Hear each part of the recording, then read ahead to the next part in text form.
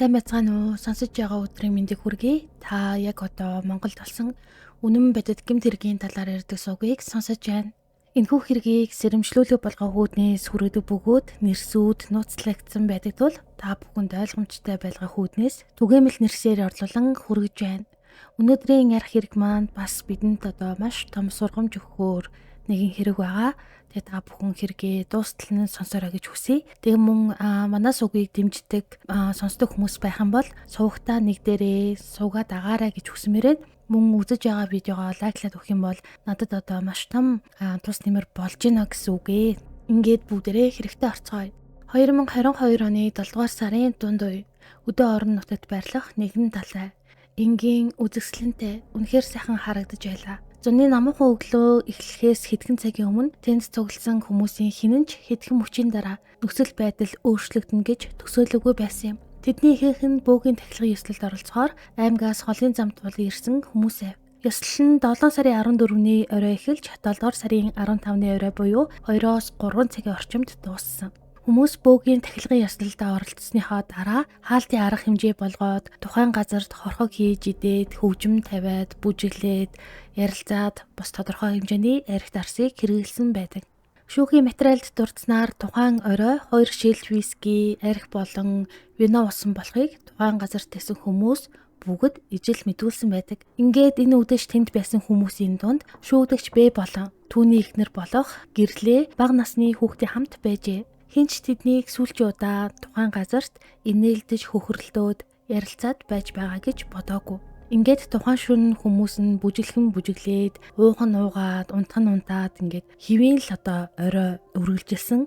Ингээд гэрчүүдийн хэлснээр бол 7 сарын 15-ны өглөөний 8-9 цагийн хооронд шүүгдэгч Б хүүхэд унтахгүй байна гэж хэлээд эхнэр хүүхдээ машиндаа суулгаад унтуулчаад ирээ гэж хэлээд хаазлаад яваад өгсөн хэмээн гэрчүүд ярьдаг. Тэгээд удалгүй гэрчүүд хартал уулын орой дээр тухайн машин бол зогсож байсан. Ингээд үлдсэн хүмүүс нь үлдсэн ажлуудаа хийгээд цай чанах нь цайгаа чанаад тэнд бол ерөнхийдөө бол хэвэн л одоо цаг хугацаа өнгөрч байсан.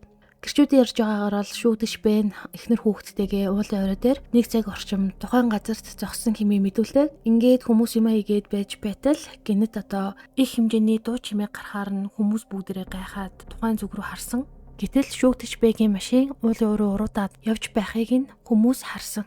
Тухайн үйл явдлыг хүмүүс харж байхдаа одоо шүүгдэгч Б уулнаас буугаад ирж байгаа юм бах та гэд бүгдээрээ учрыг нь ойлгохгүй гайхаад хараад зогсгоож байсан. Хүмүүс бодохдоо нуур үзэж байгаа юм бах та төхөж очоод зогсох байх та гэж гайхаад харж байтал машин бол зогсоогүй шууд одоо нуур руу яваад орсон. Тэгээ тэнд исэн хүмүүс бүгдээрээ сандралтаад орилдоод нуур руу одоо машин яваад орчлоо гэд сандралтаж эхлэхэд тэнд исэн хүмүүс далай руу яарвчлан гүйж очсон. Ингээд хүмүүс тухайн одоо машин дээр очингуутлаа хамгийн түрүүнд хаалгыг онгойлох гээд оролцсон боловч амжилтгүй болсон.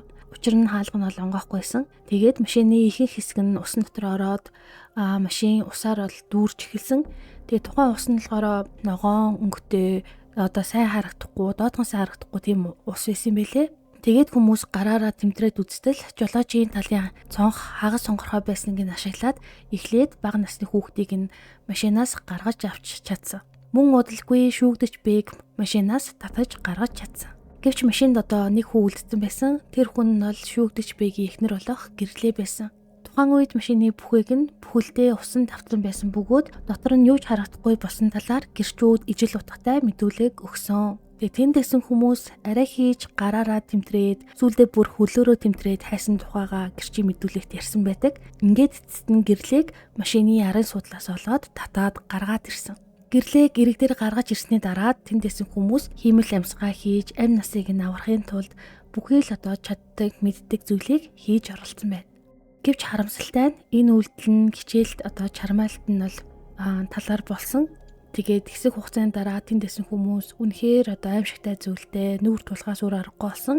Яагаад гэхээр гэрлийн амь насаа алдчихсан байсан юм. Харин түүний нөхөр болох шүүгдэгч Б тухайн болсон үйл явдлын талаар одоо мэдүүлэг өгсөн байдаг бөгөөд тухайн мэдүүлэгтэй болохоор шүний хэмжээний согтууруулах унааны зүйл хэрэгэлсэн. Тэгээд дараа нь бол болсон үйл явдлыг бол ерөөсөө огт санахгүй байгаа. Нэг л мэдгээд ийм хэрэг болчихсон байсан хэмээн мэдүүлэг өгсөн. Гэвч одоо мөрдөн шалгах ажиллагаа зөвхөн түүний энэ мэдүүлгээр бол дуусна гэж байхгүй.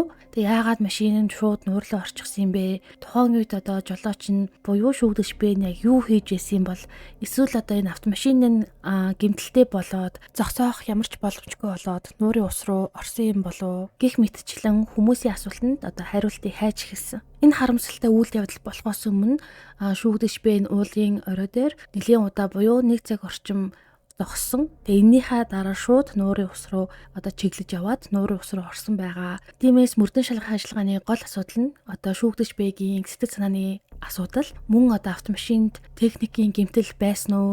Мөн одоо гэрчүүдийн мэдүүлгийг тулган одоо авах шаардлагатай болоод ингээд ажиллаа эхлүүлсэн. Гэрчүүдийн мэдүүлгүүд хоорондоо бол ямар ч зөрүүгүй байсан. Бүгдээрээ бол яг ижил одоо утга бүхий мэдүүлгийг бол өгсөн байдаг. Ингээд автомашинд одоо техникийн гэмтэл байсан эсхийг нь бол шалгасан. Учир нь хэрв жолооны механизм, тоормс эсвэл өөр эдэн гэмтэрсэн бол автомашин жолоочийн хяналтаас гарах бол бүрэн боломжтой байсан. Ингээд машин дээр техникийн үзлэг явуулахад автомашин усанд орсны улмаас цахилгаан систем ажиллахгүй болсон байсан ба автомашинд өөр эвдрэл гэмтэл ерөөсөө тогтоодоогүй юм. Ингээд энэ одоо хэрэг дээр дараагийн чухал баримт нь бол шүүх эмнэлгийн дүгнэлт байсан. Одоо та бүхэнд талигачид хийсэн шүүх шинжилгээний дүгнэлтээс хүргэе. Гэрлэгийн бие 50 наснд хүргэх хэмжээний архаг хууч өвчин байгаагүй байна. Зүүн өвдөх хэсэгт мохоо зүйлийн үйлчлэлээр үүссэн цус хуралд илэрсэн ч энэ нь үхлийн шууд шалтгаан биш байжээ. Харин задлан шинжилгээгээр уушиг амьсгалын зам болон дотор эрхнүүдэд илэрсэн шинжүүдийг үндэслэн гэрлэн живэлтэй улмаас үүссэн механик амьсгал бүтэлээр нас барсан хэмээн шинжээж дүгнсэн. Энэ хэрэг дээр хохирогчийн хууль ёсныг төлөөлөгч болон өмгөөлөгчийн зүгээс одоо өөрийн байр сууриа мөн илэрхийлсэн байдаг. Тэдний үзэж байгаагаар автомашин шууд нуур руу орсон нь идэвхтэй үйлдэл байсан учраас уг хэргийг зөвхөн болгоомжгүйгээр хүний амь насыг хохироосон гэж үзэх нь үндэслэхгүй хэмээн маргаж эхэлсэн. Яагаад гэхээр эхнэрийнхээ амь насыг бол хороох зорилготойгоор өөрөө мэдсэрэж нуур руу орсон гэж бол үзсэн байгаа. Харин шүүх хавтаст хэрэг цугларсан бүх нотлох баримтуудыг харьцуулан судалсан. Олон гэрчийн мэдүүлэг, шүүх эмнэлгийн дүгнэлт, автомашины техникийн үзлэг, шүүгдэгчийн мэдүүлэг гэх мэтийг бүгднийг авч үзсэн. Эдгээрийг бүхэлд нь үнэлсний эцэс шүүгдэгч бэ эхнэрийнхээ амийг санаатаагаар хохироох зорилготой байсан гэх нотлох баримт тогтоодоогүй хэмээн шүүх үзсэн.